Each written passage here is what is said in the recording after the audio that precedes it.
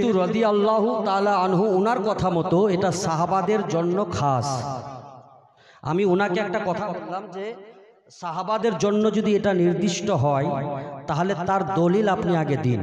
এক নম্বর, কোথায় আপনি পেলেন যে সাহাবাদের জন্য শুধু রাদিয়াল্লাহু তাআলা আনহু শব্দটা ব্যবহার করা যাবে, তাই না?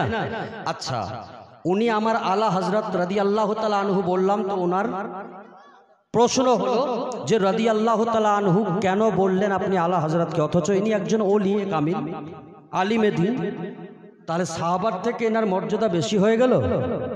তো এবার আমি আপনাকে একটা বই দেখাই, আপনাদেরই লেখা, বইটার নাম হচ্ছে মুহান্নাদ আলাল মুফান্নাদ, এদেরই লেখা।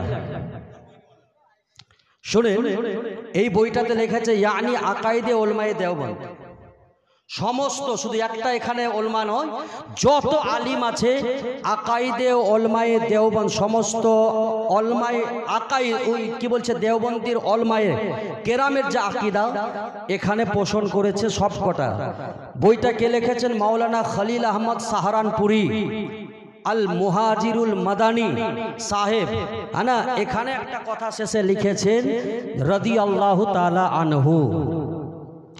এবার আমার প্রশ্ন হচ্ছে, আলা হযরত আমাদের ইমাম, ওনার নামের যদি শেষে রাদিয়াল্লাহু তাআলা আনহু বললে সাহাবাদের বরাবরই হয়ে যায়, তাহলে আপনারই লেখক বইটা লিখেছে যেখানে লিখেছে রাদিয়াল্লাহু তাআলা আনহু, তাহলে এখানে বরাবরই করেছে কিনা এর জবাব আপনি দিয়েন।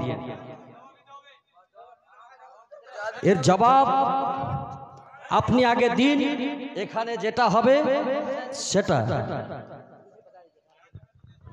देखिए ওখানে ওহা নিচে লেখা हुआ है রাদিয়াল্লাহু তাআলা আনহু, তার মানে আলা হযরতের যদি আপনার কিনা রাদিয়াল্লাহু তাআলা আনহু না বলা যায়, ওদেরই ইমাম লিখেছে নিজের নামের শেষে রাদিয়াল্লাহু তাআলা আনহু, তাহলে ওটার জবাব আগে দিক, তারপরে আমরা আমাদের ইমামের জবাব দিয়ে দেব।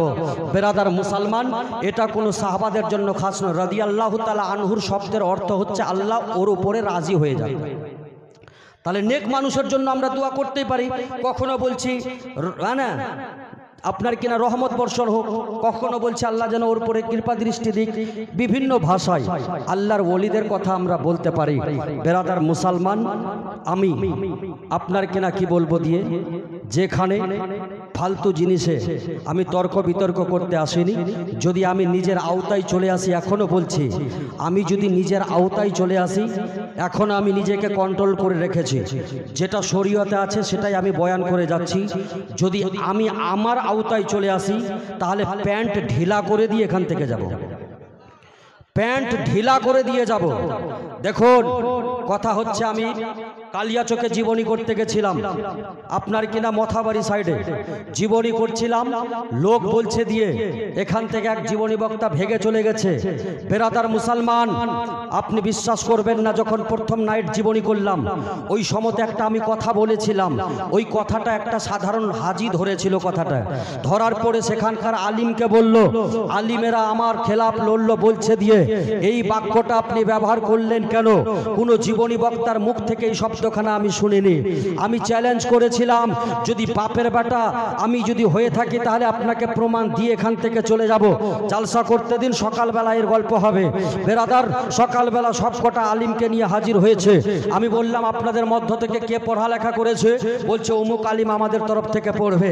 একটা বই খুললাম, শেফা শরীফকে খুলে, দালাইলুল খায়রাতকে খুলে, এইভাবে দালাইলুন নবুওয়াতকে খুলে অসংখ্য সিরাতের বই সেখানে তাদের মাঝে ধরিয়ে দিলাম এবং বললাম, দেখেন এই কথাটা লেখা আছে কিনা।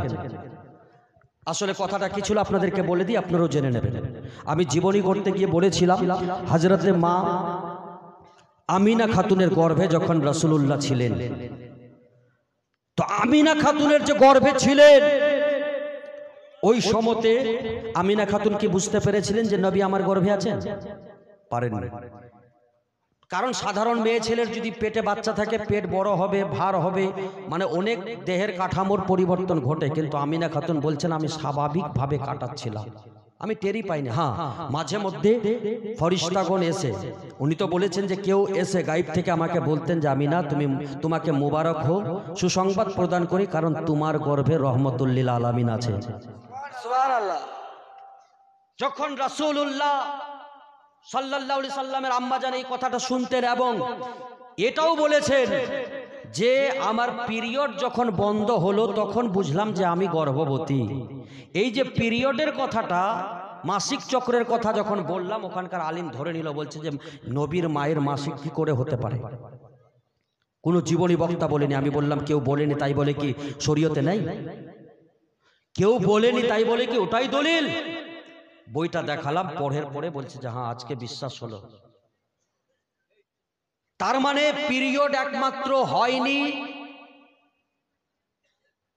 সেটা খাস হয়েছে নবীর বেটি ফাতিমার জন্য। বাচ্চা হলো, সাথে সাথে নামাজ মুসাল্লা বিছিয়ে নামাজ পড়েছে।